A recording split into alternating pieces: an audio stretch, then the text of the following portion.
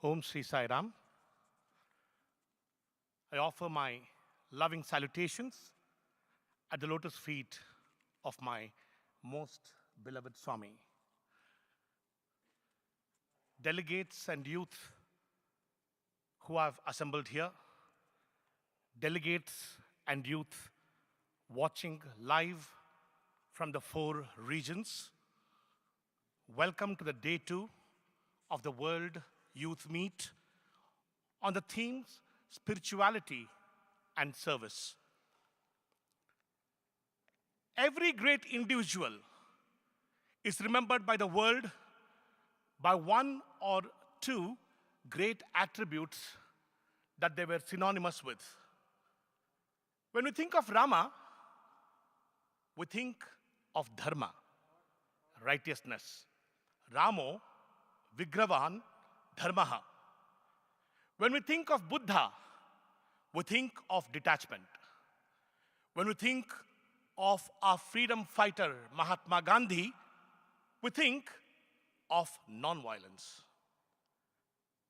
When we think of Sathya Sai Baba, irrespective of whether one is a devotee or not, his name across the world is synonymous with the word seva, service.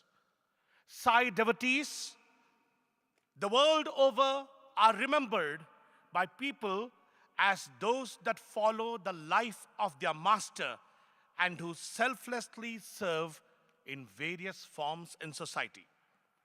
Swami has also changed the first line of his favorite bhajan to Jana Seva Bina Sukha Shanti Nahi.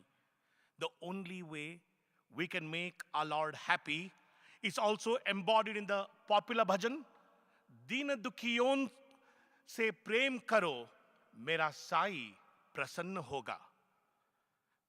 The only way we can make the Lord happy is also by only serving selflessly. To make our Lord happy, serve the poor and the needy. Service takes worship and spirituality to the next level because it needs one to see God or divine consciousness in everyone and therefore serve them. Rabindranath Tagore in Gitanjali says, leave this chanting and singing and telling of beads. Open thine eyes and see thy God not before thee. He's there where the tiller is tilling the hard ground, where the path maker is breaking stones. He is with them in sun and in shower, and his garment is covered with dust. Put off the holy mantle, and even like him, come down on the dusty soil. Our Master himself has joyfully taken upon him the bonds of creation.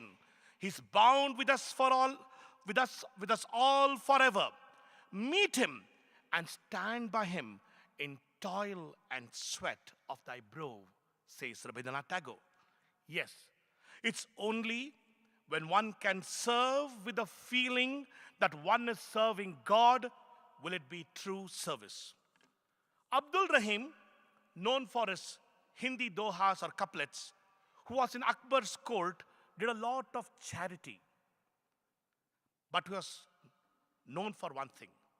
Whenever he did charity, he did not look into the other person's eyes. He used to keep his gaze bowed down to the ground with total humility. Goswami Tulsidas, his contemporary, came to know about this and sent him a couplet. I see Deni, Denaju, Kitasi ke Hussain. Where did you learn such art of service and giving?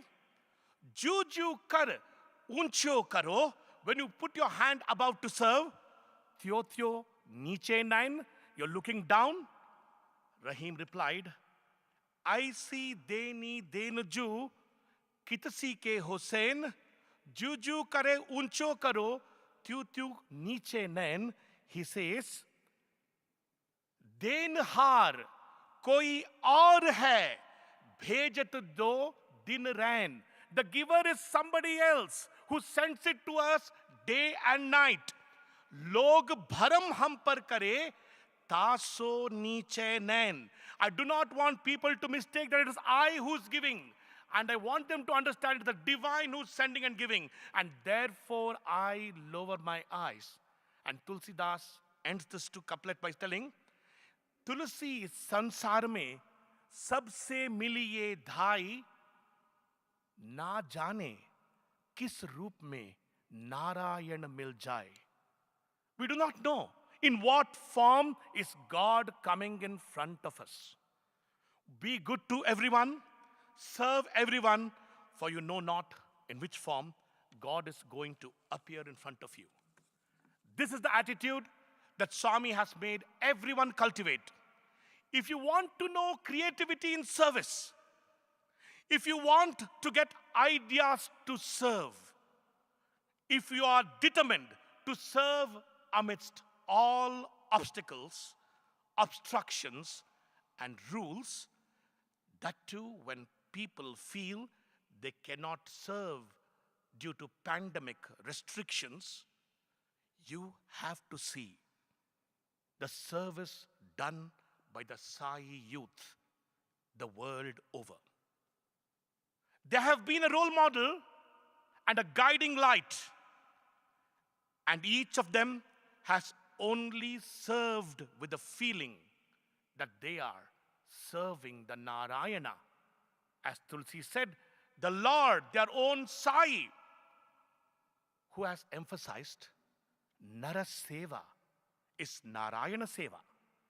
Grama Seva is Rama Seva. Jana Seva is Janardhana Seva. Manava Seva is Madhava Seva. The youth of the world for the Seva regions have been divided into 4 zones.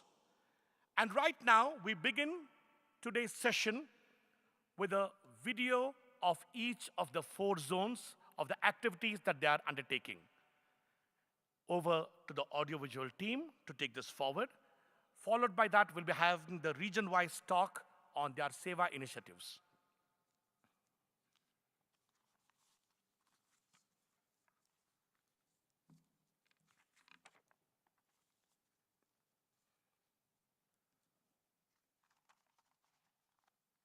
Om Shri Sai Ram. Dearest Swami, the past year has been one of change and uncertainty. But you have been our only constant, our source of truth and clarity. Brahma Satyam Jaganitya.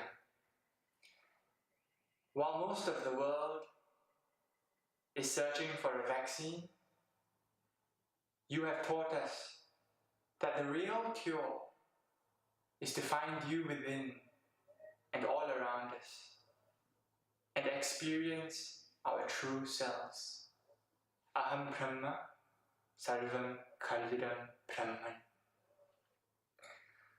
Swami, the youths of the Asia Pacific continue to strive to embody your teachings in our daily lives. It is my honor to invite sisters and brothers from all around the region to share their respective journeys over the past year. Sairam. Om Sri Sai Ram. Thank you, Brother Ryan. Swami, there's an old saying that goes, if you want to make God laugh, tell him your plans. I think this year you must have been laughing quite a bit, Swami, because for a lot of us, we've always thought that we were in charge of our day-to-day plans, our week-to-week plans, our monthly plans, our yearly plans. And I hope you finally come to realize that none of this is in our hands. And all of this is in your hands. It's as per your divine plan. Swami, we're so thankful that we have you as our Guru, because not only have you created the circumstances for us to grow within, you've also given us all the tools that we need to do just that. In fact, as early as last year, in August of 2019, you had already commanded us to build an online platform the One Asia Pacific Youth Forum, so that we as a region could grow to be united in our pursuit of oneness. So this year, even though we had made plans to meet physically every 3 or 4 months or so in different parts of the region, we were unable to do that. But because of the forum, this online forum, we were able to still have virtual satsangs, virtual tours, and we were able to visit each other, starting with the virtual tour of the hospital that was being built in Fiji, to the virtual tour of the ashram in Bali, Denpasar, Indonesia, and then also the virtual tour of the Laos school, Sai school. And we had numerous occasions where we could invite special guests to come and speak to all of the youth in the region. Guests such as Father Charles Ogada on self-realization and letting go, Dr. Sudha Kudwa on education, parenting, and working with children, Dr. Roshni Pillai on spirituality and the arts, Brother Anand Kadali on service and sadhana, Dr. Shruti Prabhu on medical seva, Brother Nitya Shanti on mindfulness and the art of practicing everywhere, Brother Victory Kraksi on Ayurveda. So thank you, Swami, for giving us this platform for us to stay connected and stay united and to grow with each other in our pursuit for oneness. I'd like to pass it on now to Sister Stasi from Australia.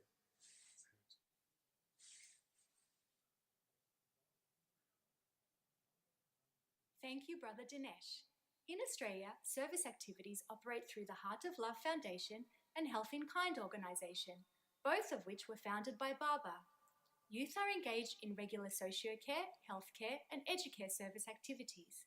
Various feeding programs serving disadvantaged communities include provision of food hampers and staples, daily hot meals and school breakfast programs.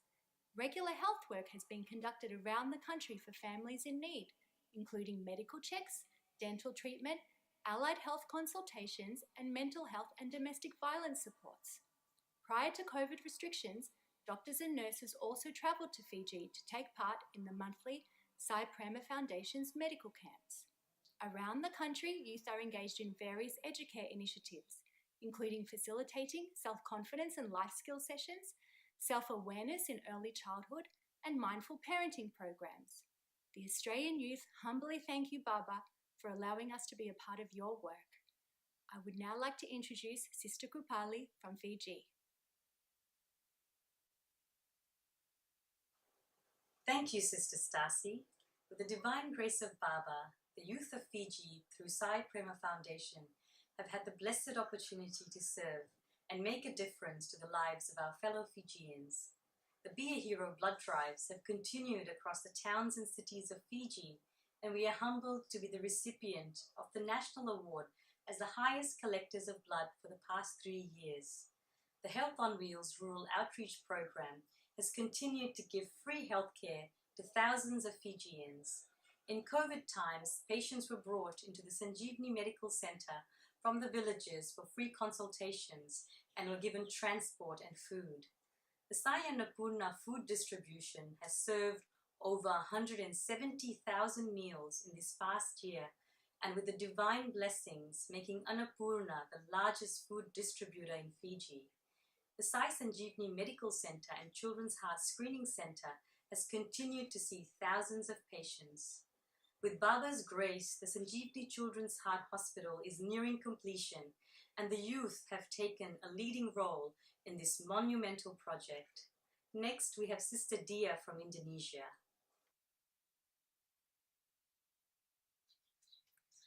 Om Sri Seram.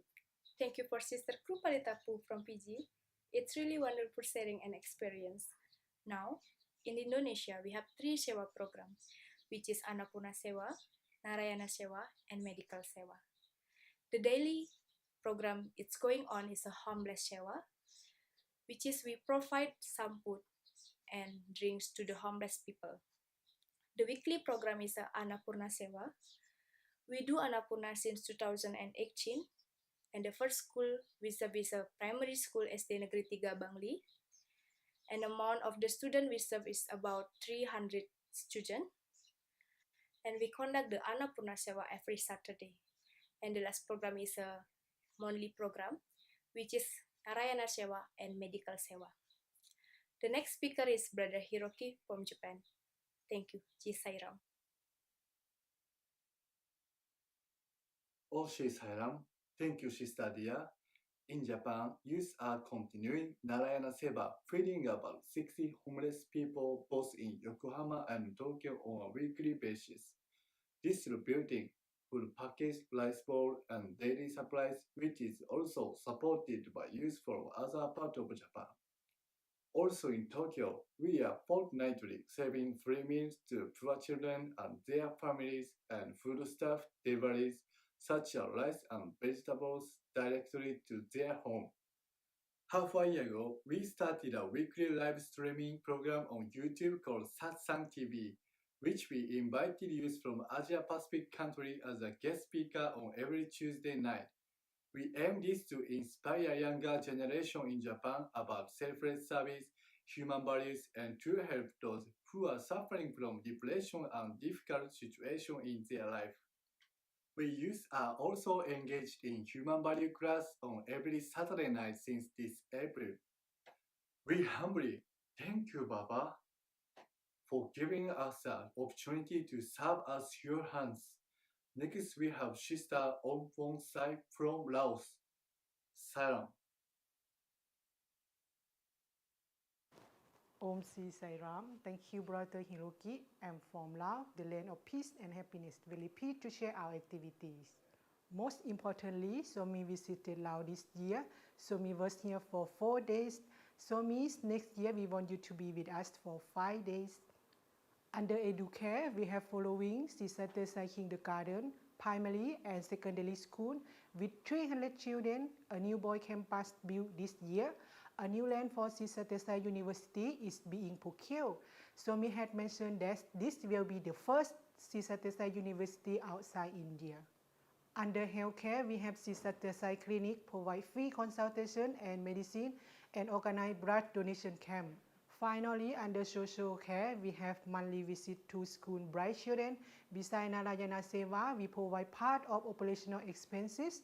Finally, we have each one fish one activity at weekend center, feeding 260 people twice a week, which equal 27,000 meals per year.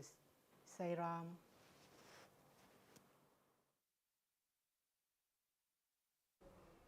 Thank you, Sister Umong Sai. Sairam and much love to everyone from Malaysia. I'll now be sharing the service report that has been done in Malaysia collectively. Service has largely focused upon feeding the homeless and also providing dry rations to families in need, especially during this COVID pandemic. In addition to that, cash has also been given to families who really need it. There are a group of people who have also worked with the government, collaborating with the City Council to provide beds, to loan hospital beds free of charge.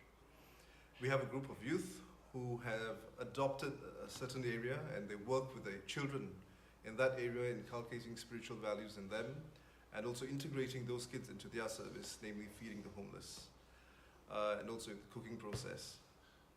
In addition to that, we have a small group of youth who have also worked in the global Akhanda Rudra Parayana for the past few months.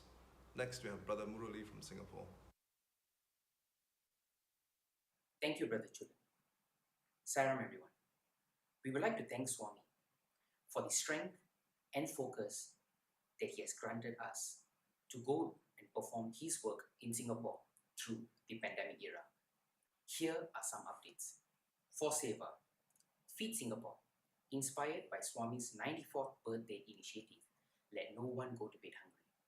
We have been feeding many families daily. We were very inspired by this project. We have also been conducting value-based classes for vulnerable youth girls in Singapore. We have learned more from them than they have learned from us. For Sadhana, Sealing on Desires project is always ongoing. We have been constantly reminded to watch and curb our desires. The small savings that we get from it is sent to Joy Village in Nigeria. Also, the youth meet weekly over Zoom to discuss, summarize, and share their transformational journey from the Master the Mind episodes. we motivate each other to constantly practice the tools provided by Swami. Thank you, Swami.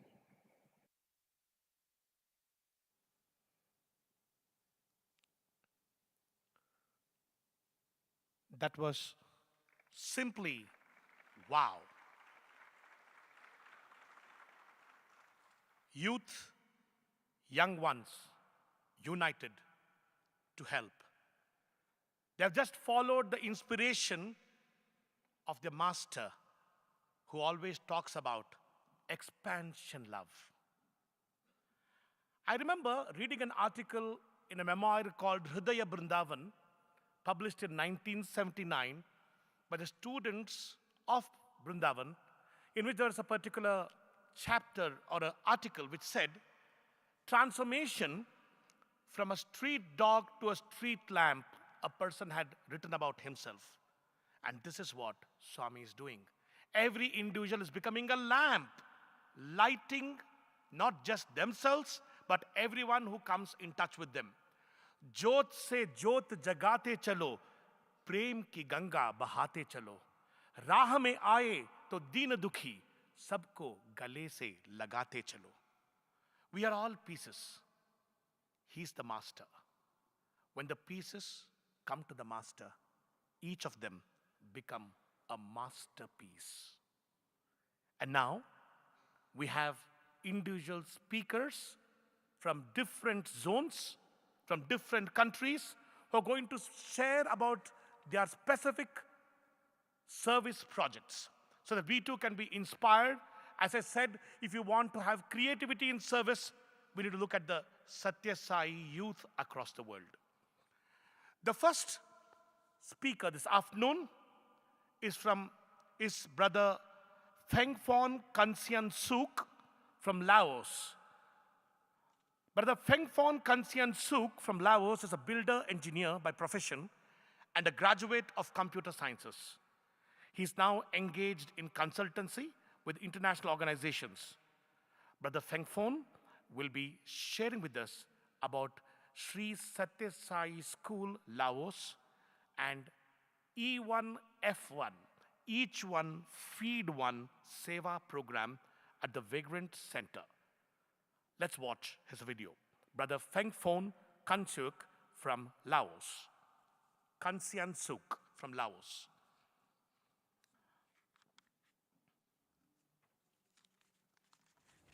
Om Sri Sai Ram. Humble pranam to the lotus feet of Bhagawan Sri Sathya Sai Baba. My name is Phengphon Kamsen Suk. May I introduce the Sri Sathya Sai Baba's activities in Laos, India, and my little involvement in this activity. We are very blessed that Swami has visited Laos and he guides us how to run our activities. There are 5 main service activities that I has been blessed to be in class in. Firstly, science school. I often have opportunity to volunteer to teach computer classes to the senior class. Right now we have 9 classes till grade 8. Every year the school is adding 1 more class. We have 1 class for kindergarten, 5 classes for primary school, and 3 classes for lower secondary school. There are total 300 students and the number is increasing. The curriculum based on the Ministry of Education and Sport of Laos.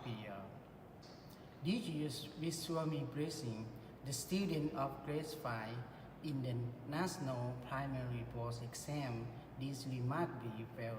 24 of 26 students received the certificates of academic excellence from the Ministry of Education. For me, I could have wonderful time with science school students once a week when I teach a computer to the grade 6 to grade 8 students every Thursdays.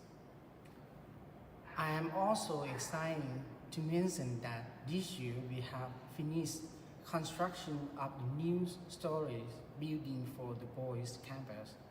Swami has guided us and boys start this year in separate classes. It's wonderful to be a part of educational initiative of Swami.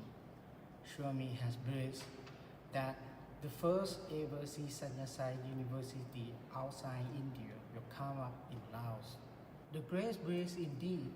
The team here is working for arrange the land for the university. Secondly, I am also involved in the teaching at the evening classes at home site. There are about 100 students who join the class every day. With Swami blessing, I teach English every Tuesdays and Wednesday. Before I used to think that where is possible after a long day's work to go and teach in evenings. Then I read about Swami interacts with a devotee, where the devotee, like me, was complaining to Swami that life is so busy, how can we serve? Swami simply said, did you really want to serve, or you are trying hide behind an excuse? If you really want to serve, I will make it possible. Swami make it possible for me in Laos. Swami has also blessed us to start Sri Sathya Sai Clinic. The clinic is open to the community where free consultation and medicine are provided. Now we have total 4 doctors in our clinic, includes 1 dentist. I love to participate in medical camps that are organized. We also organize blood donation camp. This year, despite COVID-19 challenge, we have already organized 1 blood donation camp, and we plan to organize another one on 23rd November on Swami's birthday. It is beautiful experience to participate in these seva activities. Swami guides us to start each one feeds one program. Twice a week, Thursday and Saturday, every week we serve the food for the people of Pergan's home. This is humbling experience. We know when we first went, there was so much of littleness in the people over there. People were pushing each other for food, but now it is so different. When people who were pushing the food are come to volunteer. So we volunteer often, not thing to do, but just stand and watch. Some days, we are 20 of us volunteers just watching, do nothing. Few weeks back, we had information the vacant home that we cannot come as we were on tied up with some other activity. Then a few elder brothers took some milk and bread to their home. As soon as they entered, the Lord's permission, there was shout of joy that they have come. Swami is love. It is wonderful to see that we can bring some of infinite joys to the one of who are suffering. Finally, let me share of our experience of visit a home for blind children. We visit the 20th of every month, and we have been doing this for last 18 years. We bring food and provide some time of the operational cost of the center. Swami is love and love only. Very blessed and happy to be part of this love. Swami could have chosen anyone to be a part of these activities. That he allows us is his mercy. Om Sai Ram.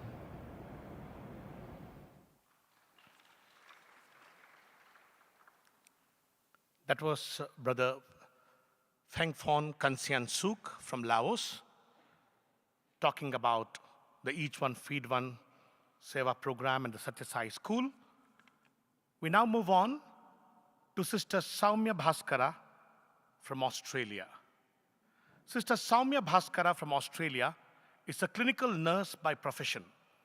Born into a Sai family, she is an alumnus of the Sri Sathya Sai Primary School, Puttaparthi, Prashant Nilayam, and she's been inspired by Swami and has dedicated her life in the service of the underprivileged and the needy.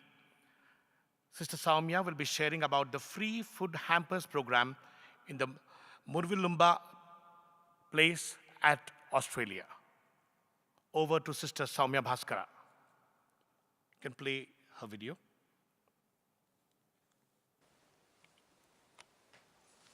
Om Shri Sai Ram. My most loving and humble pranams at the divine lotus feet of my best friend and my role model. My dearest brothers and sisters, a warm and loving Sai Ram to you all. In 2015, Swami came in a dream and said to me, "Move to the town where I am." And thus began my journey to the quaint little town of Murvilumba, which is about 800 kilometers from Sydney and has a population of 10,000 people. To give you a comparison, the Chikbalapur district has a population of 1.2 million people. So what is so special about this Australian country town? It holds historical significance as it is cited as one of the most sacred spiritual lands in the Aboriginal culture. In 2014, in an interview with the Australian devotees, Swami identified Murvilumba as an epicenter of spiritual growth for Australia. He said, "If change is to happen, it must begin from here." Apart from being the epicenter of spiritual force, it is also a region of low socio-economic demographic, with homelessness, food insecurity, mental health issues and domestic violence on the rise. We have 31% of our children that reside in low-income homes. In 2018, the Heart of Love Centre commenced the free food hamper program, where it was identified that food insecurity and food wastage was rampant in our society. We have families with young children and babies that are unable to be fed, yet as a country we waste $20 billion worth of food every year. That's 5 million tons that's thrown in landfill in the rubbish, which is enough to fill 9,000 Olympic swimming pools. Each year, every house wastes $4,000 worth of food. And there are 4 million people in Australia that are struggling to eat. The Murvilumba and surrounding region is also known as being the fourth most vulnerable community in the state of New South Wales. It is said the purpose of life is to attain self-realization, to know that you're God, to know that you're divine. But how can you expect anyone to even begin the path of self-realization when they don't know where they're going to sleep or when their next meal will be? If the basic needs of a human being, food, water, shelter, clothing, and medical care are not met, how can an individual progress to the next level of obtaining education and contributing to society in a meaningful manner and thus progressing forward? In view of this, the Heart of Love Foundation, the Heart of Love Centre have teamed with leading food rescue organisations in Australia, starting with Oz Harvest Australia, as well as Second Bite and Food Bank, who enable organisations and charities to get excess food from local supermarkets and distribute it to those in need. On average, every month, we give out 130 hampers, which equates to about 2,000 meals. Since 2018, 3,500 hampers have been given out, which equates to about 50,000 meals. In the crisis of the pandemic, the elderly of our community were forced into isolation due to being at risk, and many of them, due to ill health, could not prepare food or go to the shops to buy food, and thus began a new project where daily dinner vegetarian meals were given out to our local members in need, as well as the homeless. On average, around 100 to 150 meals were given out every month. We also support the local homeless feeding programs. Yes, there are many programs like this in Australia that do the same service, but what makes us different? We follow Swami's rule. We follow Swami's footsteps. There is no criteria. We don't ask questions. If someone asks for food, we give it to them. There's no judgment. There's no barriers to access good quality food. We identify that people in this region either do not have transport or do not have petrol to come and collect. So we started free delivery service, which is the first in our region, as most of the other services offer food as long as you can pick it up. Hence, the Heart of Love Foundation has now become a local referral point from other mainstream organizations. The program has now expanded to a team run in Brisbane who provide around 250 to 300 hampers to local Indigenous groups, women's shelters and caravan parks. Now, we've spoken a lot about quantity, but it's not the quantity that's important. It's the transformation of our community coming together to work as one. We have teamed with our local Indigenous elders, our local community centres and our schools by inviting school teachers, parents and school children to partake in the service project, through which children have become aware of the value of food and have also become aware of the problems in our society and have gained confidence that they can make a difference, which in turn will help their self-esteem and their self-confidence to be leaders in our future. We've had many stories that have touched our hearts. We had a family, a mother, who wrote to us saying that her child, her 4-year-old daughter, ran when she saw the hamper because she was excited to see there were oranges in there, which she had been asking, but the mother was unable to afford. It's not okay in a country like Australia to have children, adults, or our elderly not have basic needs met, to not have access to fruits and vegetables. When you hear stories that an elderly man is living alone, surviving only on bread, or there's a pensioner who's had a fall, broken her ankles, and cannot get to the shops, or there's parents living with their children in cars, or there's teenage mothers with their babies who they're unable to feed, or there's parents who have both lost their jobs and have to make the choice between purchasing food or paying the bill so they have a roof over their head. When you hear stories like this, there's only one thing to do. Teachers, get up and do something about it. The beauty of lending your hand to someone in need is that in turn it inspires them to do the same for another. It blossoms the seed of the inner love, the inner divinity that's within them as they begin to view another's pain as their own. We've had several of our volunteers from the community who have joined the Heart of Love Foundation who were once our recipients, and this is exactly what they say, that we made a difference to their lives and now they want to touch somebody else's. This is the true purpose of engaging in service. It's not just about our ascension, but about holding hands and ascending together. We're not doing favors to anybody, it's them that are doing favor to us by helping us from drowning in a world of I and mine. Engaging in service activities gives you that contentment and that inner bliss that is second to none.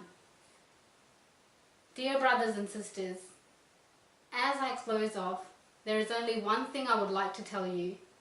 If you have a thought that you might be able to make a difference in someone's life, to ease someone's suffering, please act immediately before that thought passes. Be brave. Be fearless, as Swami says. Don't worry about what someone will say. How will it work out? Just put one step forward and go for it. Swami will take care of the rest. Service is a natural antidepressant, something which a lot of local youth here and in the world at the moment face. It is also a natural anti-anxiety. And it gives you that joy which in itself stands for Jesus first, others next, and yourself last. So I urge you all, brothers and sisters, if you see someone in need, just put one step forward and start. I pray that every child, every adult, every family, every elder, every member of the society have access to good quality food. May each being in the entire creation have nourishment and sustenance from the free produce that Mother Nature has given us. Jai Sai Ram.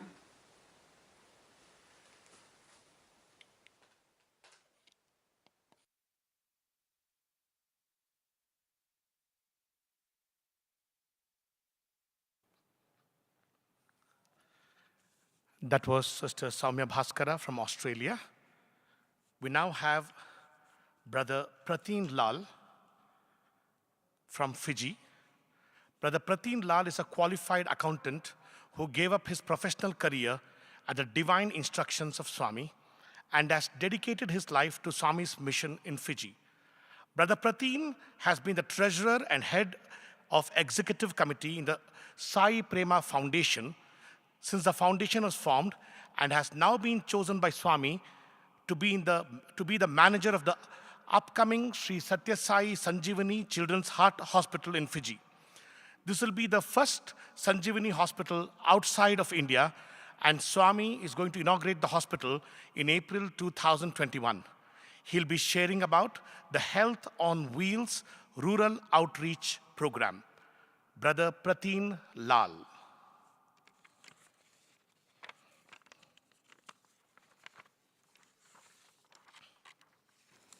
Om Shri Sai Ram.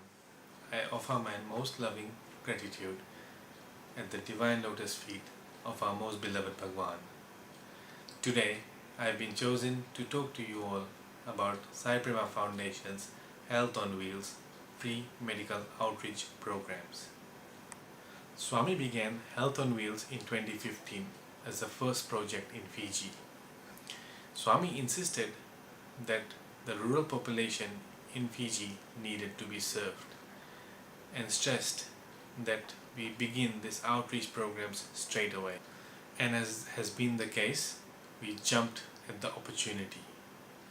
50% of Fiji's population lives in the rural villages, and while healthcare is free, the rural Fijians shy away from giving healthcare a priority due to two main reasons: unaffordability and cultural factors.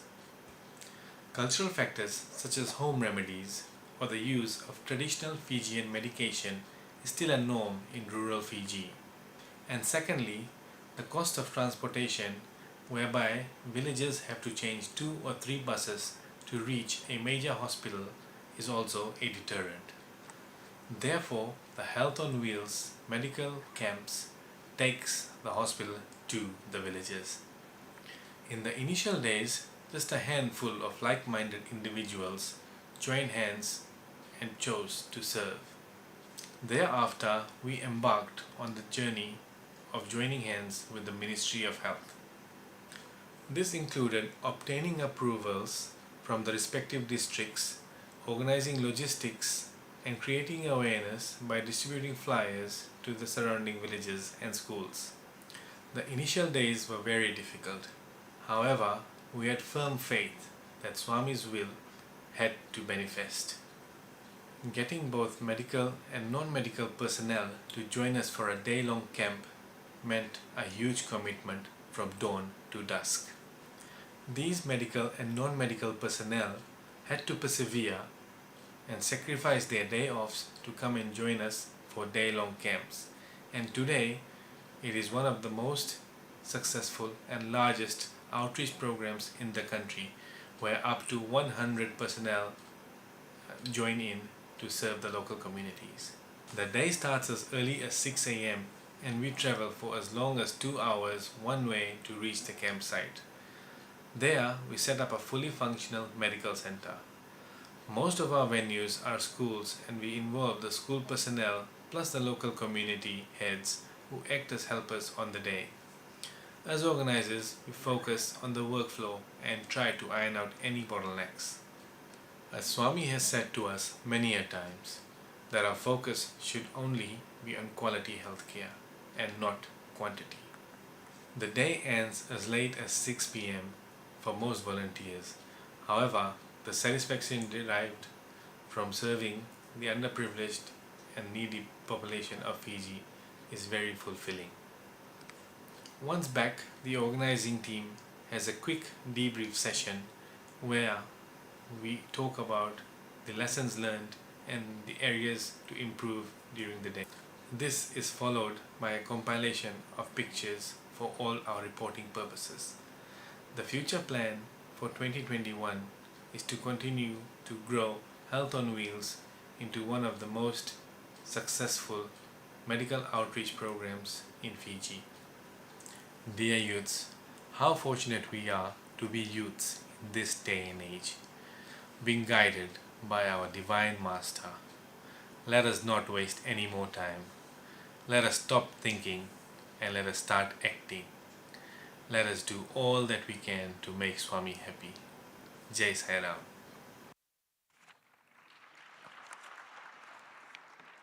Thank you, Brother Pratin Lal.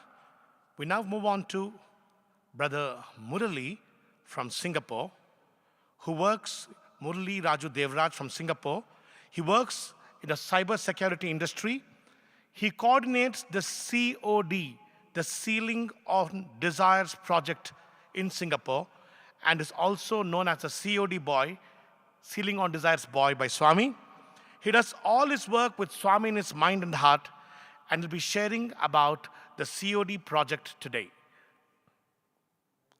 Brother Murali.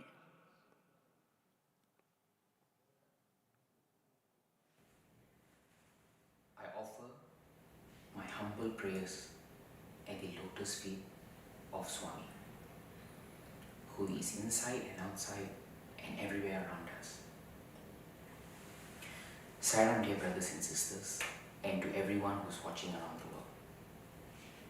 Swami commanded me to share on the Sealing on Desires project that we are doing in Singapore.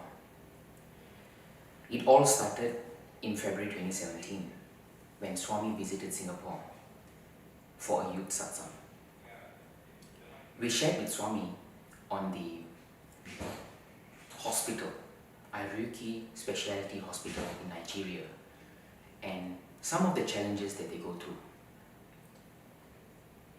Doctors were there, patients came, they saw the doctor will prescribe medicine, but at the end of it, patients would just leave the hospital because the pharmacy had no drugs. When one of the sisters shared that, something pricked me from inside and said that this cannot be happening. How can a hospital not have drugs? And Swami was very upset. Swami said, Singapore, I want you to do Sealing on Desires. You should practice Sealing on Desires. You should watch your thoughts, watch your desires, curb where it's possible, and to share that money with the hospital. So I told myself that we need to do this. And I started it. With Swami's help, I was able to share this with as many of the youths as possible. But then something told me it's not lip service. Sealing on Desires is actually pure action. You need to put it into practice. So I went back to look at my finances and to watch where I'm spending unnecessarily, where we are looking around to look for luxury than to see what is our actual need. My dear brothers and sisters, a lot of us when we go to a restaurant, when we go to a shop, we have a lot of choices. There are so many wants. We can choose from product A, we can choose from food A, we can say, I do not want this, I want that. A lot of us will have gone through this stage. But actually, there are many of them outside, around in the world, who don't even have the basic necessity. There's something that we really need to think about.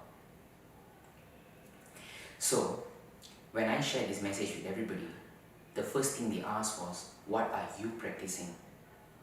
That's when Swami's message went through in my head to say that it is a constant practice. It is actually an action that we need to put in place before even spreading the message around. And that's when I knew that I need to live by an example. So what I did, after putting it into practice, I shared the similar experiences with many other youths, and youths came on board. And then came another scenario when Father Charles gave me a call and mentioned, brother, the children there are not getting enough food. 100 children were sharing 20 child square meals. And that is very sad. That is like one child, or no, 4 children sharing one plate of food. And then it started to hit me. Oh my God, Swami will be hurt. Swami will be thinking that my children do not have enough food.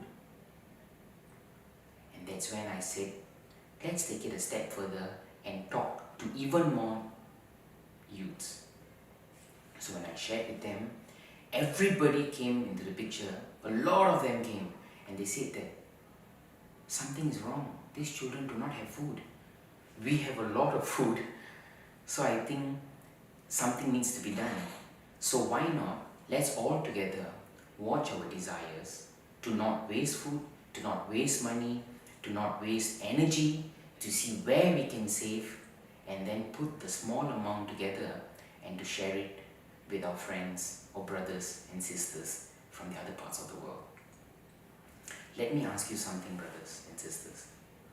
Will a mother be anytime happy to see that one child has food and another child doesn't have food? Likewise, Swami, mother of all mothers for the universe, will Swami ever be able to bear the fact that one child in one country has more than enough food, whereas there are so many people outside there who don't even have food? What will be the pain that Swami is going through? My dear brothers and sisters, we should come together to watch our desires. Sealing on desires will come to you as an initial challenge. The reason is because it's not so easy to say that I want to watch my desires and to part with what I want and to let go of something that I really like. It is an initial challenge, but we cannot give up because desires are not us. We shouldn't fall prey to our desires. We should take baby steps and walk towards the direction of curbing our desires to spread the message around the world. And then when it came to food, when it came to saving money, when it came to sharing this good message to everybody, it wasn't easy. A lot of people came to me and asked, how much money do you want me to set aside? How much money do you think is enough? How much money will the children in Nigeria need? But I told them, sealing on desire is not about parting with the money that you have. Sealing on desire is actually to seal your desire. And what does that mean? You need to be able to watch what you are doing and where your mind is going towards. And then from there, to see if you can curb, slowly by slowly shave off what is not us, which is actually our desires, and then the resultant money that you get from there to be able to share it with our brothers and sisters who don't even have the basic necessities. That is the true essence of sealing your desires. Swami is wanting all of us to share what we have with all of the other brothers and sisters. That's what makes Swami happy. My dear brothers and sisters, I really urge all of you all to not have more than what you need and to share what you have with everybody else around the world by sealing our desires. And what does that mean? To watch our thought, to watch our mind, to not fall prey to our desires, to our mind's vagaries, and to follow our heart and to share with everybody else around the world. Sarah, thank you. That was Brother Murli from Singapore. We now have Brother Chulan Sachidanandan, a corporate trainer and an English teacher from Penang, Malaysia. He has from his childhood had a keen interest in the esoteric and the invisible. Today, he's learning to let go of his intellectual attachments and tread the journey back to himself. Brother Chulan will be sharing about the Feeding Seva program in Malaysia.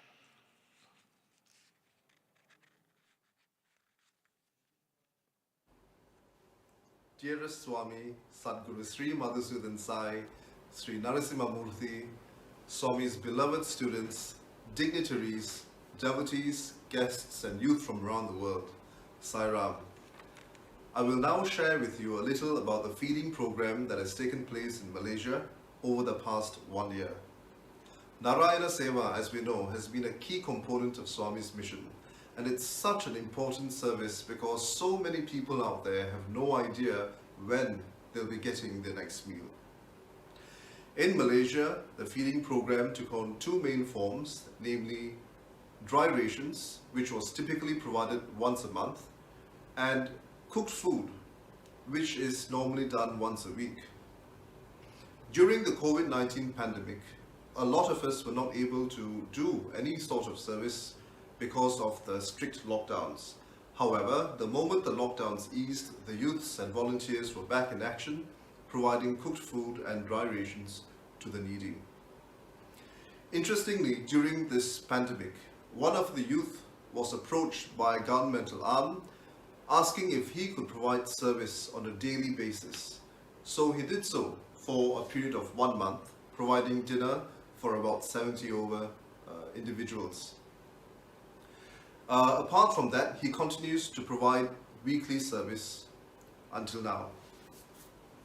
Interestingly, this particular group of volunteers are adopted communities because one of our youth, whenever he is transferred to a place for work, within about 2 to 3 weeks adopts 1 or 2 communities, and they have all sorts of programs and activities for the children there. And the feeding program is one subset of what they do. And this youth integrates the children from these adopted communities into the feeding program. He cooks the food, and these children do the packing and the distribution of food to the homeless. The experiences of the youth involved in the program have been amazing. In one place, I know they provided hot tea, and I did not think this was a great idea or a bad idea, but I was very much mistaken because one of the homeless approached the volunteers and expressed how much they look forward to this weekly cup of hot tea. This was a great reminder for me that service should not be done in a 6:30 way, and we should not be doing the bare minimum, but we should be doing the very best that we can. In some cases, the service that was provided extended beyond the feeding program. Sometimes toothpaste and toothbrushes were provided, and in one family we noticed one of the family members requiring medical attention, and that was looked into as well. The service provided by the volunteers is truly amazing, and they themselves have wonderful experiences. Many of them find it to be a truly satisfying and fulfilling experience. Many of them call it heaven. Having said that, I think it's also important that all of us remember that Swami has told us that service is for the purpose of transformation. It transcends means, manpower and logistics. If it were that, I think we're not doing a very good job. But this is about transformation. It's about the opening of the heart so that at some point in time, we are ready to receive high knowledge. It is an opportunity to see oneness in all. And I hope that in this journey, the volunteers, including myself, will be able to see that it's not merely a matter of one person serving another, but it is about, as I think Swami has said in the past, right hand stretching the left. It's merely particles of God in this whole body of God. How much drama can you cram into that? Not much. So let us hope to walk this path of service and eventually reach the oneness that we all are. I praise you, Swami, and thank him from the bottom of my heart and the hearts of all the volunteers for bringing us into his fold and allowing us this great, tremendous and priceless opportunity of knowing him and of this proximity with him.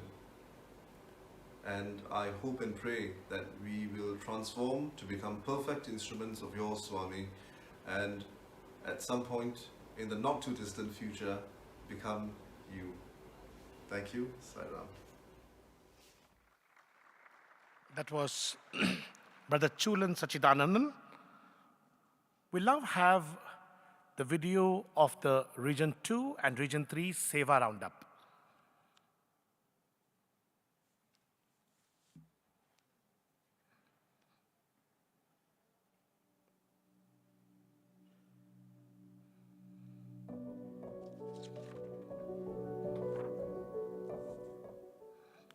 Service activities in the Middle East consisted of 4 regular weekly seva taking place since 2015, 3 of which were regarding construction workers at their site, of which one is completely handled by the youth, while the 4th one was a ladies workers camp where on the weekends they were provided with computer classes, English language training, health and hygiene training, yoga and meditation or mindfulness classes. The Middle East, with vast desert areas, have the camel caretakers living in harsh conditions in isolated desert interior. Monthly grocery was provided to 50 of them by the Sai Hrudaya members along with many like-minded people. The group spent quality time with the beneficiaries, talking and interacting with them. The lockdown in the Middle East was declared around March 2020, whereby official weekly seva was halted, but providing monthly grocery and provisions for the needy scaled up massively due to the jobless situation that ensued. Thus, with the permission and blessings of Sadguru Madhusudan Sai, the seva work of distributing the monthly provision started amidst the lockdown with the first round of serving 140 beneficiaries. Subsequently, around 2,000 packets we call Sai kits containing monthly provisions including food items and personal hygiene products were provided. The Sai Hrudaya members aged between 10 years to 60 years participated diligently in packing and preparing the kit. The distribution was taken care of by a few efficient young men. They were homeless workers who spent their day and night at a nearby park, braving the scorching summer heat of 50 degrees. They were provided with packed food, provisions, clothing, and heat-soothing talcum powders. Courage and fearlessness abound in the seva activities in the Middle East this year.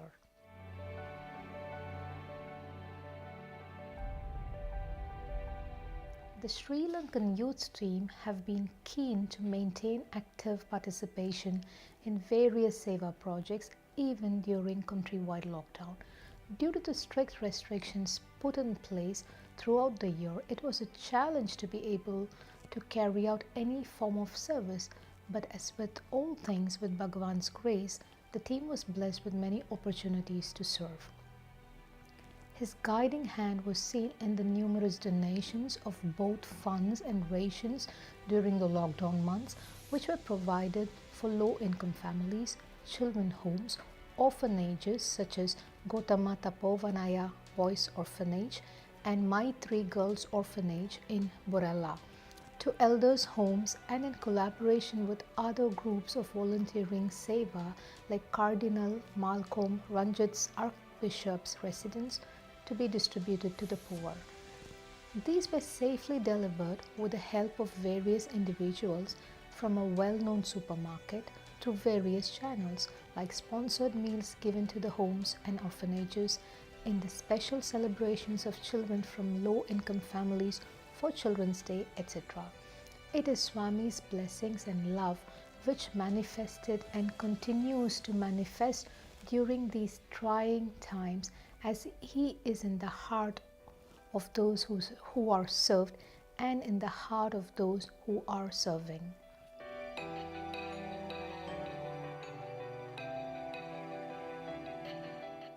In Lagos, in addition to regular primary students, the Ereko Methodist School also caters to children with special needs such as learning disabled, hearing impaired, and intellectually challenged ones. The total strength of the students in the Ereko Methodist School and Royal Dove Nursery School here is approximately 300. A total of 1,200 breakfast packets were served to the children and teachers or caretakers during the Seva visits of January 2020 and February 2020. The schools had been suspended in March this year due to COVID and have begun reopening with this month. This was possible only with our Swami's love and grace. A group of Swami's youth also packed these essential items every Wednesday that are to be served to the school kids and teachers. We thank Swami for using us as his tools of service.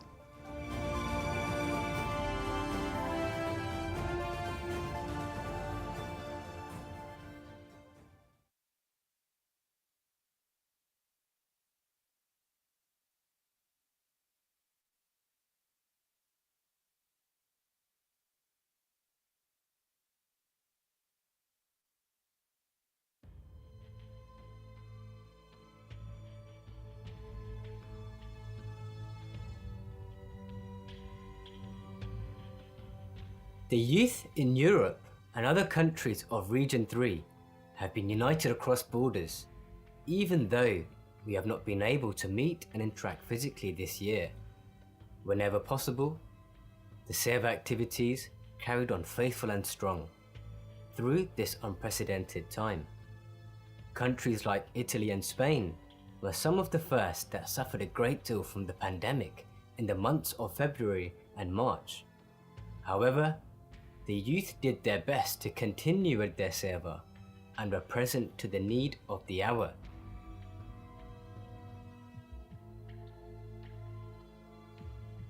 Starting off in Croatia, before the breakout of the COVID-19 pandemic, the youth used to gather every week for their seva called Feeding the Homeless. A large Narayana seva was also performed in Krunyak, the area chosen by Swami for the future ashram. During the lockdown, the youth continued with their seva individually. A total of 4,617 meals have been served by Croatian and Northern Macedonian youth, while an additional 539 meals have been served by Serbian youth since February 2020.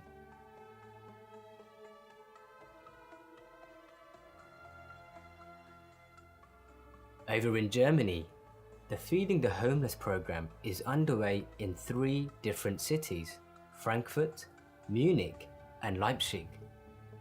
In Frankfurt, meals were distributed to the homeless on the streets, which contained sandwiches, juice boxes, and fruits. Later on, warm cooked meals and even delicious tortillas were handed out, and it made a big difference to those who needed them. In Leipzig, a group from a nearby community service home named Atma Seva had prepared lunch packets. These were distributed on the streets of Leipzig with love. In total, around 400 meals were distributed in these cities by just a handful of people. A group from Grafrath near Munich have also made big efforts to help local organizations distribute meals twice a month and even help abroad by providing food for 300 children every week in Senegal, West Africa.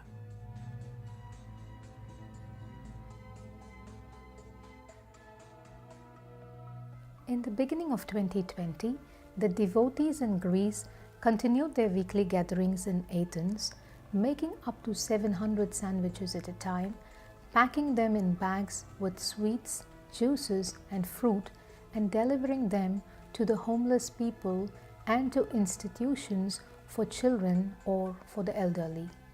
In January, the devotees organized a music event in Athens nursery home to entertain the lonely old people.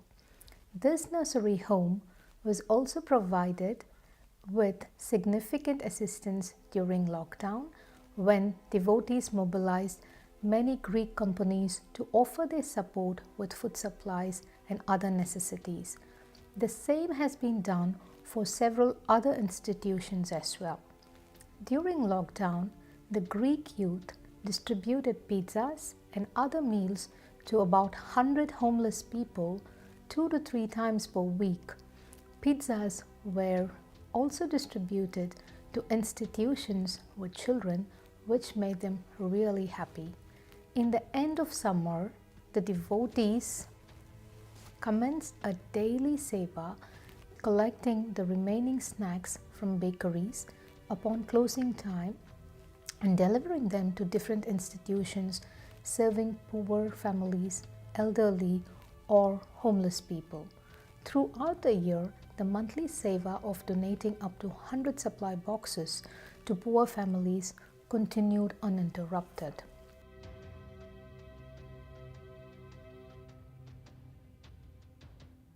A brother from Italy shares with us, "For years I've had the opportunity and therefore the grace to be able to serve the poor of the city that raised me, Rome. Since the divine inauguration of Grace Kitchen, this opportunity has become even more positive on my spiritual growth. Service numbers were always stable. 80 to 90 people were served every Wednesday and Friday. It was 2 very quiet days of loving and serene service. From March 2020 onwards, that is, from the worldwide spread of COVID-19, I have noticed that unfortunately, people in need have increased and are different than before. They are very agitated and afraid of the future of not making it. Most human beings worry about health problems of infection. I honestly worry more about the contagion of poverty, which seems to be spreading much faster than any virus. We pass in a very short time from our 80 to 90 brothers in need to approximately 170 people a day looking for a meal, then to about 340 people a week. For this type of contagion, there is only one type of mask. It is brotherly love.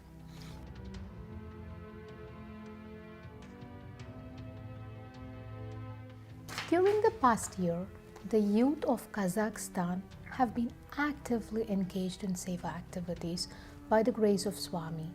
Every month, the youth in Kazakhstan engage in assistance to 7 single-parent families, primarily single or widowed mothers with 2 to 4 children. Basic necessities such as food and hygiene products are distributed with a total of 3,150 meals provided throughout this year. The youth also support NGOs who help doctors, the elderly, and the less fortunate with food and other necessities during lockdown. Growing to be God lessons with children of supported families were organized, which included discussions and games on human values. The attendees were also served a delicious lunch.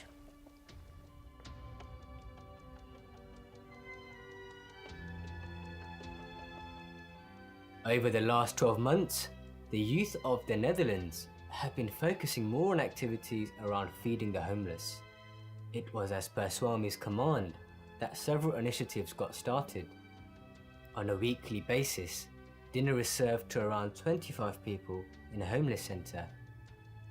In a different city, youth and devotees have partnered with another organisation and give soup and bread to the homeless, ranging between 40 to 50 people on a weekly basis. Furthermore, Seva is done once a year for the underprivileged kids. A Christmas event is organised for children of poor families and a special event for homeless ladies. Before the pandemic, there was Seva carried out in elderly homes, spending time with the elderly or taking them for a walk. But even today, phone satsangs with the elderly continue to take place.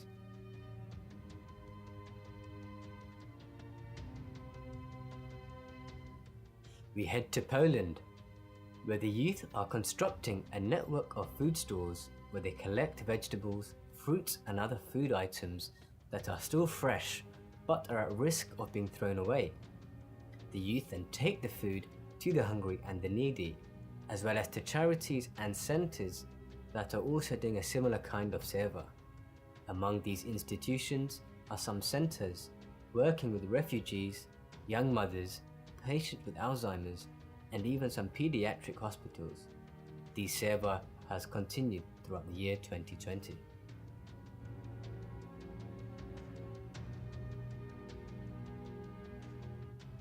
Over in Russia, the youth have also been engaged in seva activities by the grace of Swami. They have been supporting people who are in self-isolation in the Moscow region. Basic necessities such as food and medicine have been distributed to them on a daily basis. Assistance with food items has been provided to a family with disability, and monthly assistance with food, clothes and stationery products have been provided to 50 single mothers, each with 2 to 3 children. A total of 240 food sets have been distributed. The Russian devotees have also been helping low-income families with products and clothes for children.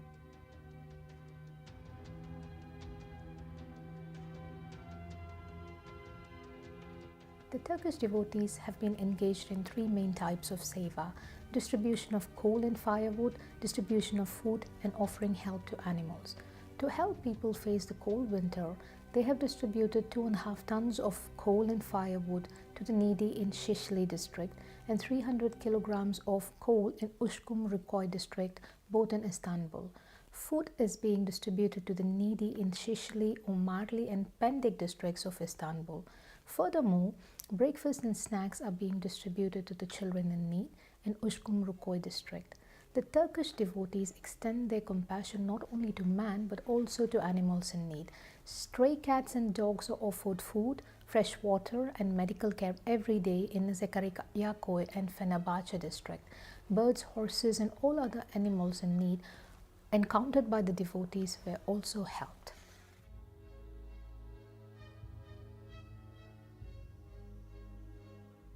Despite the COVID-19 pandemic, seva is continuing in Ukraine. Each Sunday morning, senior people as well as the homeless and the people with disabilities come from all over Kyiv to Metro Kontraktovo in the hope of getting nutritious hot meals, medicines and hygiene items. Every weekend, the devotees lovingly cook and distribute around 100 hot breakfasts for their dear guests. Within a year, their heart-to-heart team has cooked and served more than 6,000 meals for the homeless and the poor. For many senior people with a meager pension, the help of volunteers remains the only hope to get necessary antibiotic or pain reliever, a chance to have a pair of shoes or even a bar of soap. We also try to do our best to assist homeless people by placing them to shelters, hospitals and houses of social care. Another important issue created by the lockdown was the moral state of society. In order to support people, to help them feel unity, peace and joy, we continue to organize regular cultural camps in Kharkiv region. These camps combine everyday spiritual practice and seva to participants in the form of teaching yoga, ancient Slavonic traditional activities, both for children and adults.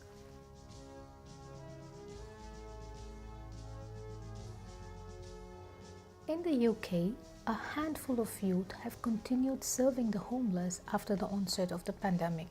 In a time of social distancing, their conviction to get closer to those in suffering is admirable.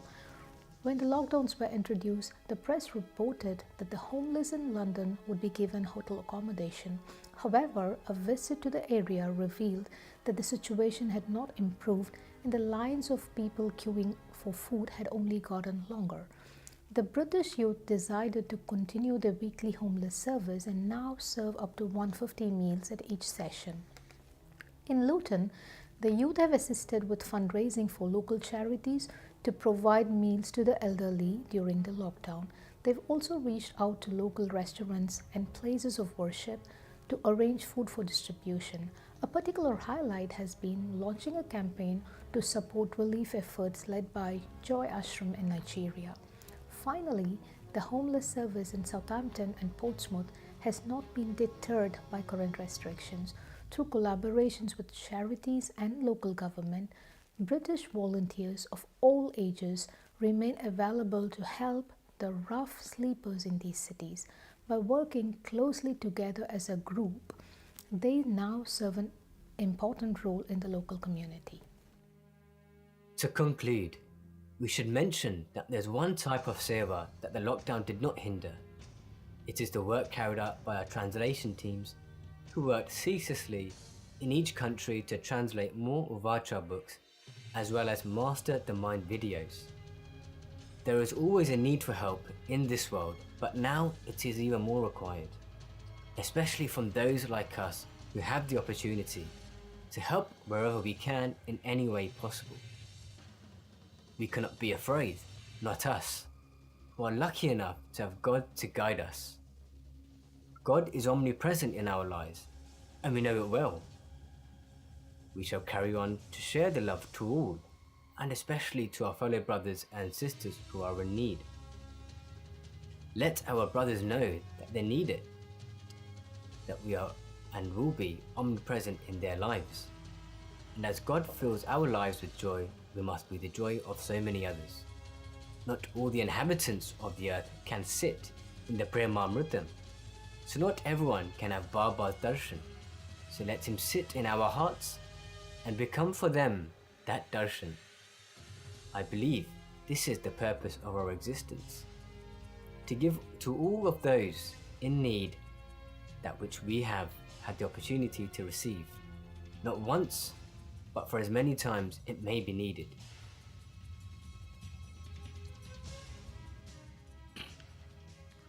That was simply wow. From region 2 and 3, the Seva Roundup. These are working professionals who are working for more than 10 to 12 hours a day and also commuting to office. And during the weekends as well as the weekdays, they're involved in the Seva activities. In corporates, we talk of work-life balance. When we talk of work as career, life means family balance. But the Sai youth are doing work, life, and Seva balance. And that's indeed commendable. And we also can understand, if you always want to find an excuse not to do Seva, you can find a lot, many. But these youth have proven to us, where there is a will, there is a way. In the presence of Swami, we had General Chibba, who used to tell us his Maha mantra, which Swami used to ask him to repeat. Never, never, never give up. And these Sai youth have done never, never, never give up, even during the challenging times of the pandemic. I think they deserve one more big round of applause from all of you. They're an inspiration. We now have a Region 3 Seva initiative to showcase. Grace Kitchen from Southampton, UK.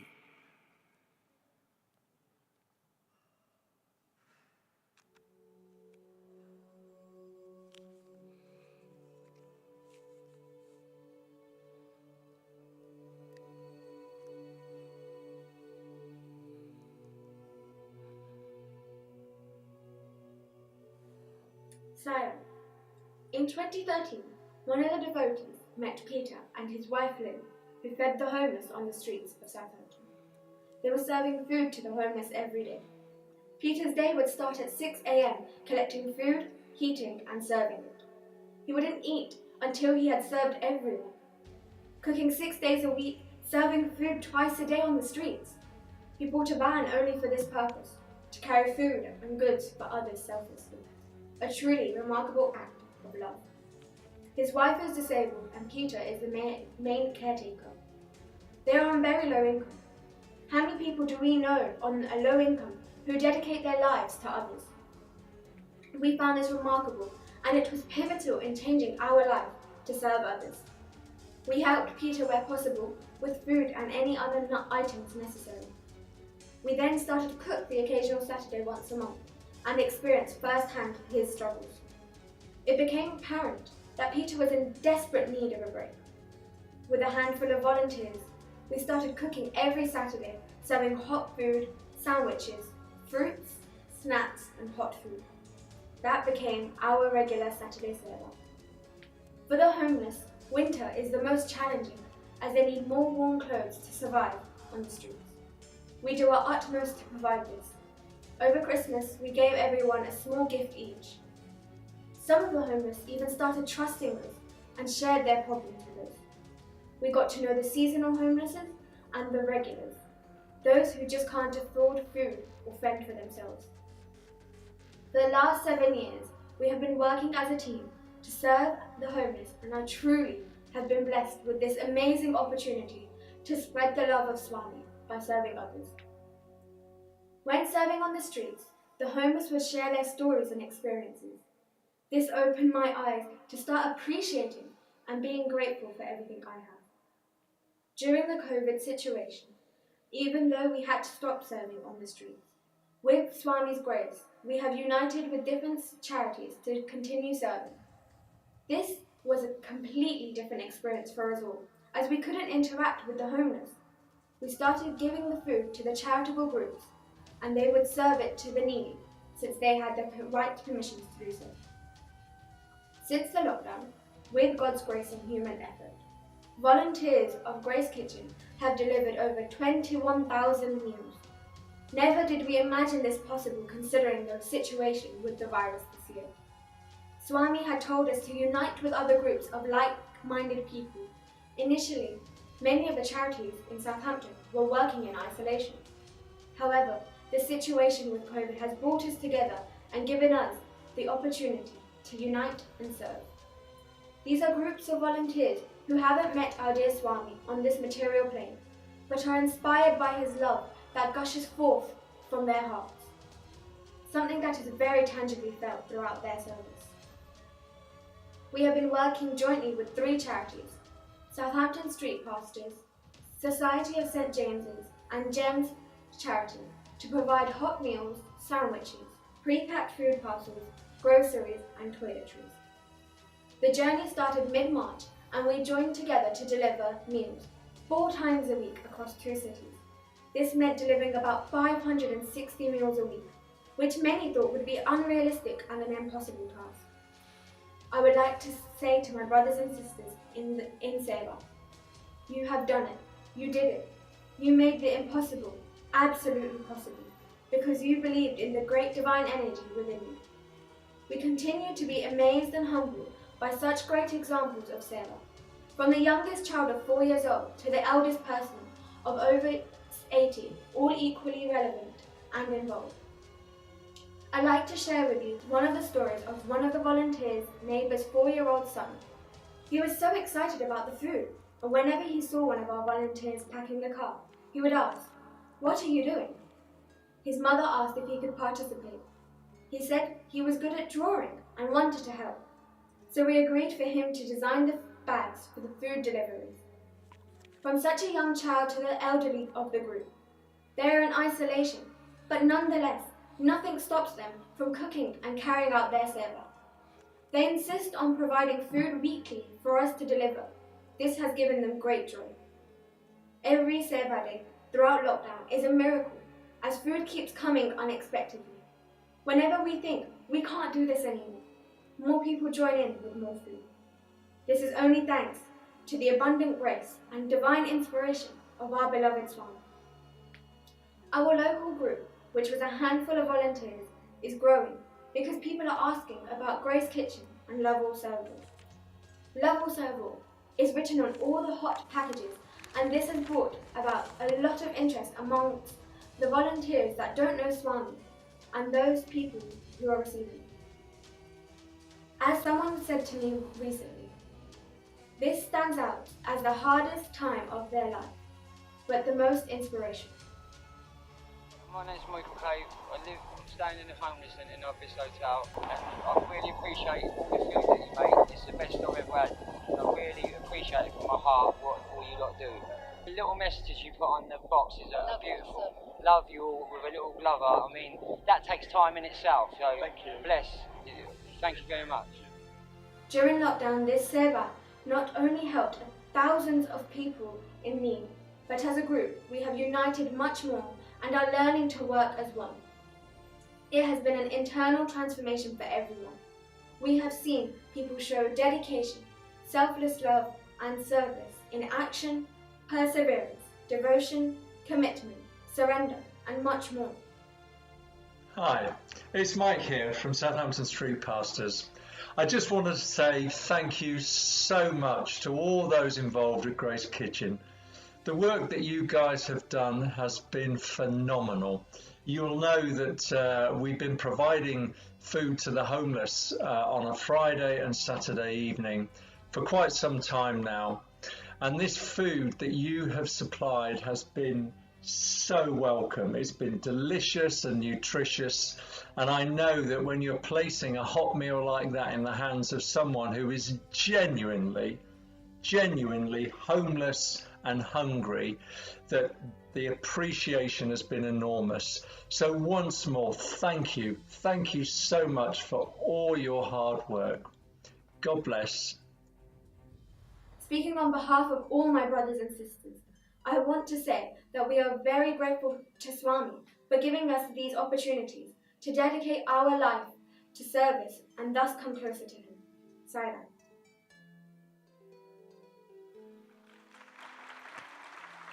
It's so inspiring and satisfying to see the testimonies of the recipients themselves.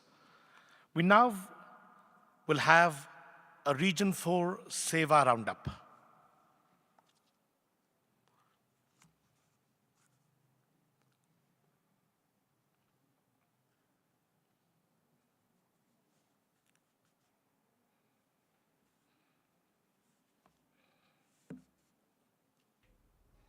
Om Shri Sai Ram, offering our most humble and loving pranams at the lotus feet of our beloved Lord Shri Madhusudan Sai, respected elders, youth delegates, dear sisters and brothers. Youth from Region 4, which consists of countries of Argentina, Brazil, Canada, Chile, Mexico, and the United States of America, would like to humbly submit a summary of the past year activities. Om Shri Sai Ram. We will now talk about feeding the homeless. Youth from across Region 4 are actively involved in Narayana Seva. COVID caused restrictions that were enforced in many places where the youth regularly served, such as shelters and soup kitchens. In spite of these restrictions, many youth still found ways to serve regularly in places of need. We will continue to highlight some of the examples. In Manhattan, Kansas, the youth participate in a monthly lunch service. About 30 residents receive meals at a time. This service was started by the youth in December 2019. In addition to this, they distribute groceries for breakfast on a weekly basis. They have served 3,030 meals since November 2018. In Cincinnati, Ohio, due to the pandemic state, volunteers are not able to use the kitchens of the shelters. So, a group of 10 to 15 devotees cooks tasty and nutritious meals which later are sent to 2 shelters 3 times per month. The Sai youth of Texas participate in the monthly seva by preparing and distributing lunch to the homeless in the downtown area. The lunch bags include vegetarian sandwiches, crackers, and juice. In Canada, in 2015, they started their feeding projects as per Swami's beloved instructions. In Edmonton, Alberta, food packets were distributed by the devotees in their vehicles. They drive on the streets to look for people who are hungry. These food packets are also done in the region of British Columbia. The devotees from the province of Ontario started preparing lunch and dinner packets to serve the homeless. This packet distribution continued during the pandemic state, including masks and items for daily hygiene. In Brazil, the youth mainly involved in Narayana Seva. The youth distribute food in 3 different cities: Sao Paulo, Rio de Janeiro, and Recife. Every week they gather and spread love in the form of meals for the homeless in their cities. In Mexico, the group from Chihuahua City serves sandwiches, juice, and fruit, along with Zampa bars as nutritious complements, and pantry food stocks during the pandemic state. Around 15,000 meals have been served since November 2019. In Argentina, the youth distribute food in 6 cities: Buenos Aires, Escobar, La Plata, Córdoba, Salta, and Misiones. They gather every week and serve the homeless in their area. Since November 2018, they have served 20,421 meals. Sairam to you all and a virtual Namaskar to my beloved Swami. Here in Chile, we're only a few active members, so we started small, doing Narayana Seva and delivering about 12 meals per week. But later, the hungry people spread the word, and by the beginning of the year, we were tripling the amount of lunches served. Sairam. The Latin American Institute of Human Values was launched by Swami in 2019. In Argentina, the mission of this institute is to spread the human values in all the areas of society. The task in 2020 was to train teachers of all levels in human values. So, a group of devotees specialized in values organized workshops with the term of 4 lessons per month. They are totally free of cost. Around 130 teachers were trained during 2020. In the near future, some of these teachers will be able to take part of the institute. The main goal is to train teachers so that later they can teach children, teenagers, adults, and professionals. In addition to this, the institute launches magazines every month with news and materials for practice. Om Shri Sai Ram. Swami has always taught us the truth, Vasudhaiva Kutumbakam. And one project which helps us realize this truth of Vasudhaiva Kutumbakam, that is, the whole world is our family, is the project of Sai Ashraya. Sai Ashraya is inspired by Swami's instructions to end homelessness permanently, starting with youth homelessness. In United States, 1 out of 9 children suffer from homelessness, and altogether there are 1.35 million children currently suffering from homelessness. Back in 2017, a small group of youth in Bay Area started the program of Sai Ashraya. They visited drop-in shelters talking to youths between the ages of 18 to 24 years. Subsequently, many youths were helped to be freed from homelessness, along with receiving counseling services, job opportunities, training opportunities, and getting a lot of hope that they could be of some use in this wide world. In 2018, Sai Ashraya program also started in the Kansas City area. Here, the youths visited youth emergency shelters, talking to youths in need and identifying those who could be taken off of the streets.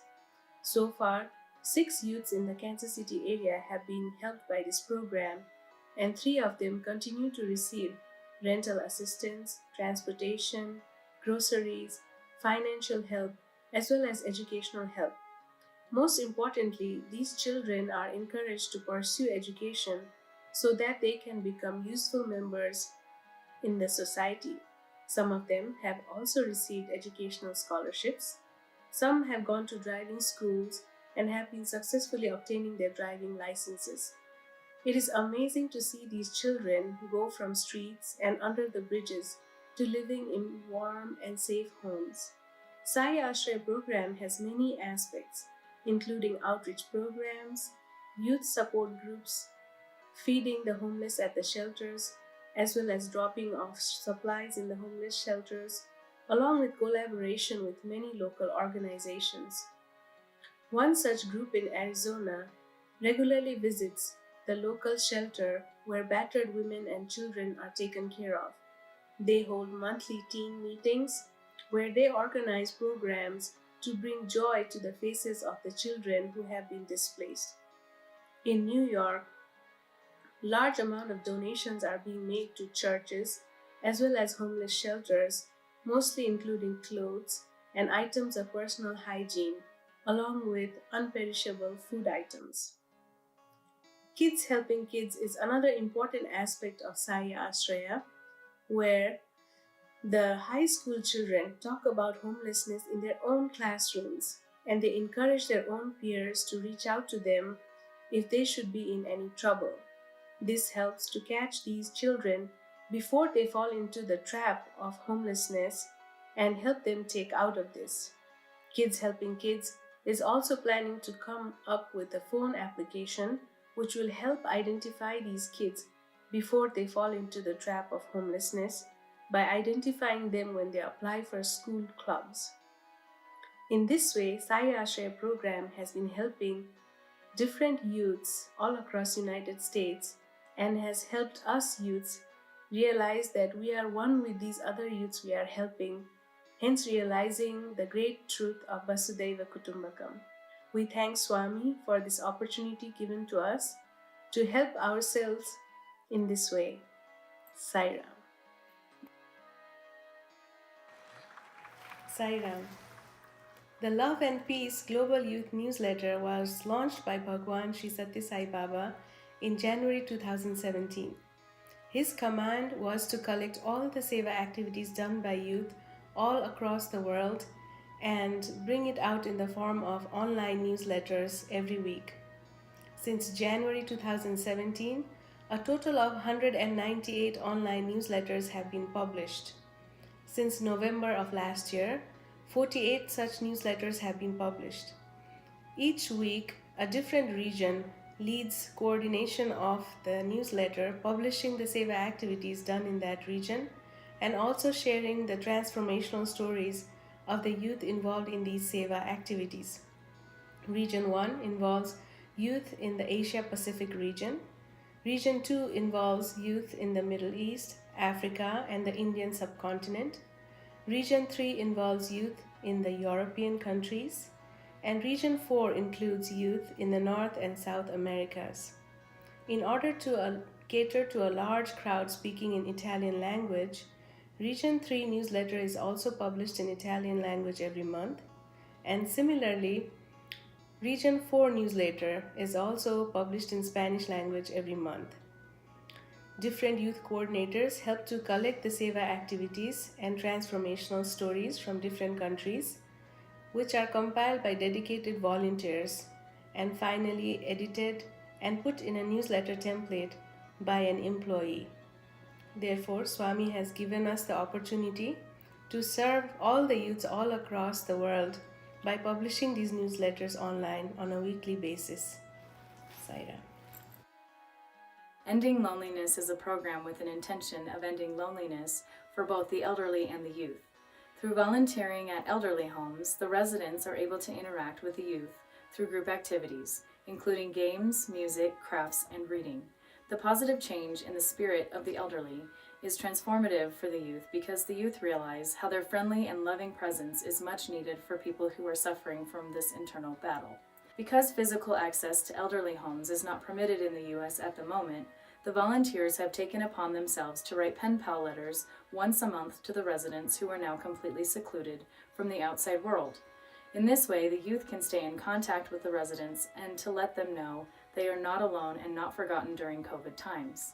The Ending Loneliness project started in the UK and has recently been introduced to the US. Through Swami's grace, it will continue to expand across America and throughout the world to help the elderly, as well as the youth, to transform together through love. Om Sri Sai Ram. Atmano Mokshartam Jagat Hitayaja. Swami has always guided us to lead our lives, to know our true identity, that we are divine, and to always work for the welfare of the entire world. While the service activities have been focused on the welfare of the world, Swami has been guiding us to follow the path of Atmano Mokshartham. During one of our monthly Region 4 youth meet, we decided that we should make a humble attempt to have a 30-day sadhana, where we would listen to each of the beautiful discourses of Swami from Master the Mind series. We would ruminate over it and to try to follow the teachings from each of the discourse. We also decided that we should meet together as a group virtually every weekend and invite some of the elders who are already been following this path to listen to them, to share their experiences and get inspired. Swami, we have been so blessed to have many of your divine instruments like Isaac Tigret address us, share their learnings, and resolve many of our doubts. And this idea that there's two worlds you live in, one spiritual and one not, it's all spiritual. It's spiritual every time you talk to someone, every time you meet someone. See God in them, try to help them, reach out, have that compassion. Swami, as you have been telling us, there is no better time than now to follow these teachings when you are still with us. Swami, on behalf of Region 4, we would like to express our gratitude to continue to guide us and lead us in this divine journey. Thank you, Sai Ram. There is so much going on around the world that really inspires us.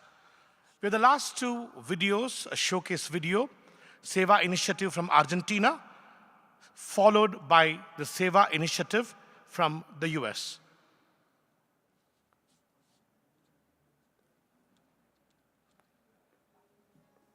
Saira, mi nombre es Facundo, soy de Buenos Aires, Argentina, y pertenezco al grupo de Seva de jóvenes. Hoy les quiero contar acerca del servicio que se realiza en La Plata, ubicado a 90 kilómetros de Capital Federal, Buenos Aires. Allí los jóvenes sirven hamburguesas vegetarianas y entregan donaciones a las familias en situación de vulnerabilidad social. Cada semana las tareas se dividen tanto como en recibir las donaciones, el preparado de los paquetes y el realizado de los panes para las hamburguesas que son entregadas los días viernes. Cada paquete incluye leche, fideos, arroz, aceite, harina, té, puré de tomate, tanto como ahora en la pandemia se incluyeron artículos de higiene y limpieza, como lavandina, esponjas, pañales. Todos los alimentos se entregan a más de 450 personas que asisten a 4 merenderos y también a personas que se encuentran en situación de calle. Desde noviembre del 2019, más de 13.000 personas fueron asistidas. Además, en épocas especiales como Navidad o Día del Niño, se realizan eventos especiales para alegrarle el corazón a las personas. Personalmente me siento muy bendecido de poder compartir esto con ustedes. Muchas gracias.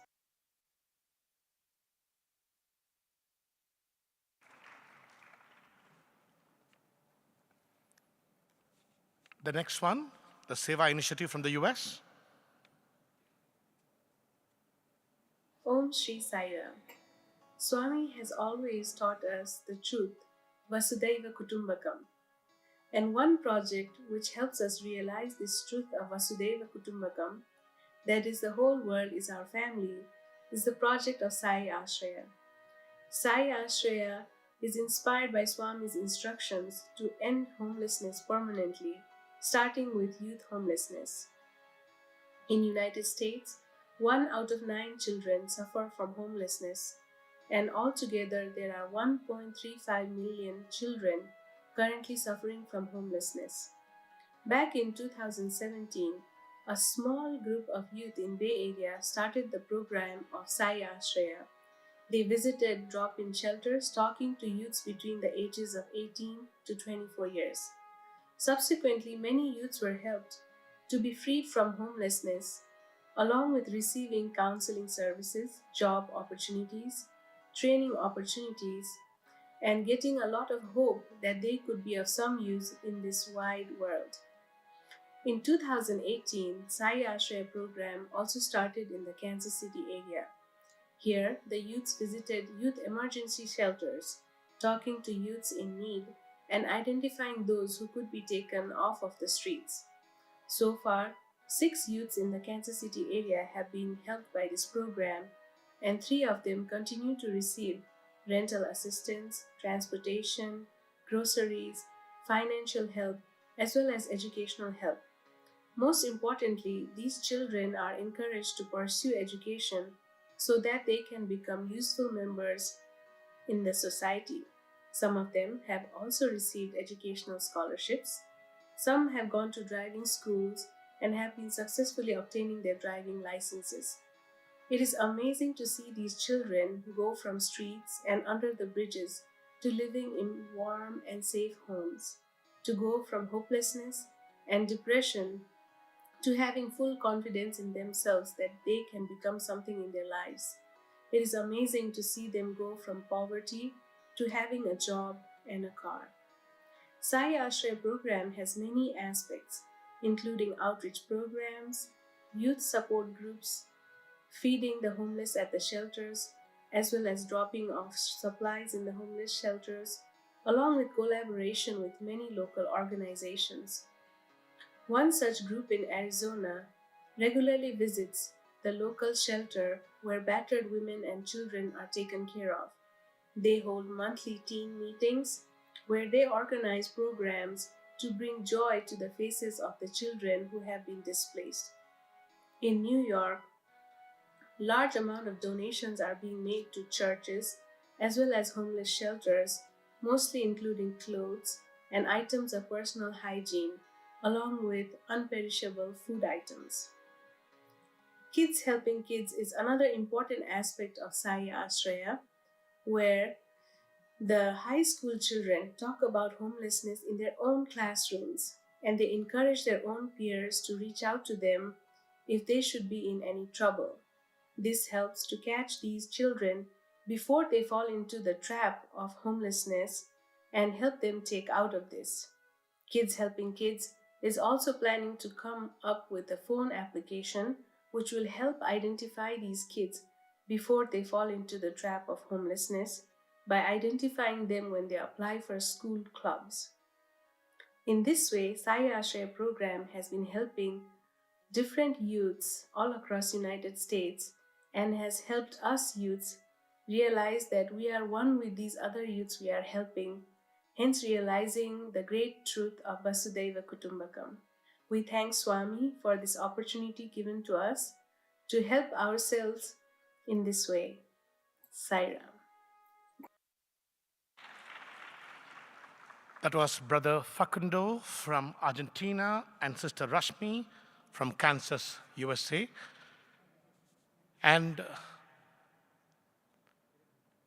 looking at all the Seva initiatives from across the world, we understand that so much can be done, so much that needs to be done. When I was in the Balvikas, we used to sing a rally song when I was about 8 to 10 years old, which was, Hum Sai Gurukul ke Chhatra hai, Kal ke Shur Sipahi, Sai Bhakti se Shakti Pakar Jeevan Jyot Jalai. And I think these youth are exemplifying this. They are really, with the devotion to the Lord, going out and are really following the acronym of what Swami said as youth, YOUTH, young ones united to help. With this, we come to the end of this afternoon's program. We have tomorrow's session starting at 2:30 and we'll be seated by 2:15, 2:20. And we'll be listening to the transformative journeys in the Seva space by all the 4 regions, other initiatives that we do have. Thank you very much, those of you who are present live here, and those of you who are listening from across the world. Thank you very much for being there, doing all these services and inspiring us all.